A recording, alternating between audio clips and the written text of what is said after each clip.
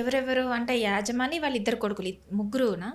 అంటే అది ఇంకా సస్పెక్ట్లోనే ఉంది కదా. ఓకే. అయితే ఒక 5గురితోని మళ్ళీ ఇన్వెస్టిగేషన్ స్టార్ట్ చేసినారు. 5గురితోని ఇన్వెస్టిగేషన్ స్టార్ట్ చేస్తే ఒక ఇద్దరు మాత్రమే శాంపిల్స్ తీసుకొని DNA దానికి సంబంధించి శాంపిల్ తీసుకొని వాళ్ళు ల్యాబ్లో టెస్ట్కి పంపించినారు.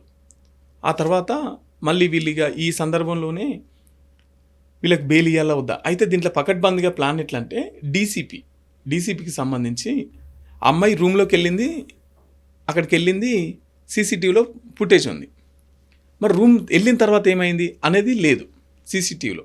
ఇంకోటి ఏమైందంటే ఆ అమ్మాయి అక్కడ ఉన్న ఆ టైంలో వీళ్ళు ముగ్గురు ఇక్కడ లేరు, మళ్ళీ ఇంకోటి వాళ్ళతో సాక్ష్యాలు చెప్పించడం కానీ ఇట్లా తారుమారు చేసి మొత్తం మీద అయితే వాళ్ళకి బెయిల్ వచ్చింది, బెయిల్ తీసుకున్నారు. ఆ తర్వాత వీళ్ళు ఇప్పుడు ఇన్వెస్టిగేషన్ టీం ఉంటుంది కదా, ఎక్కడేంటి ఇదంతా చెక్ చేస్తున్న క్రమంలో డైనింగ్ హాల్ ఏదైతుందో దాని పక్కనే ఒక రూమ్ ఉంది.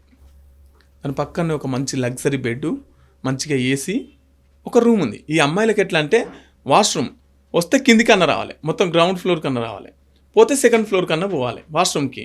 సో గ్రౌండ్ ఫ్లోర్ పక్కనే డైనింగ్ హాల్ పక్కనే ఒక సీక్రెట్ రూమ్. ఆ సీక్రెట్ రూమ్లో ఒక మంచి లగ్జరీ బెడ్, ఏసీ వేసుకొని ఉన్నది. సో ఈ రూమ్ ఎందుకు ఉన్నది అమ్మాయి హాస్టల్ల రూమ్లా? అంటే నైట్లా వాష్రూమ్కి వచ్చిన అమ్మాయిలను ఇందులోకి బలాత్కారంగా తీసుకుపోతున్నారా అని చెప్పేసి ఒక అనుమానంతో ఈ నివేదిక అంతా బయటకు వచ్చింది. సో ఇట్లాగే ఈ ప్రీతి విషయంలో కూడా జరిగి ఉంటుందా, అందుకే నా భయపడి ఉంటుంది అని చెప్పేసి మాట్లాడిన తర్వాత ఇప్పుడు దీన్ని అప్పుడు టీడీపీ ప్రభుత్వంలో ఉన్నప్పుడు జరిగింది. తర్వాత వైసీపీ ప్రభుత్వంలో ఉన్నప్పుడు జగన్ను కలిసినప్పుడు జగన్ దీని మీద ఒక సిబిఐ ఎంక్వైరీ చేయాలి అని చెప్పేసి ఒక జీవో జారీ చేశాడు.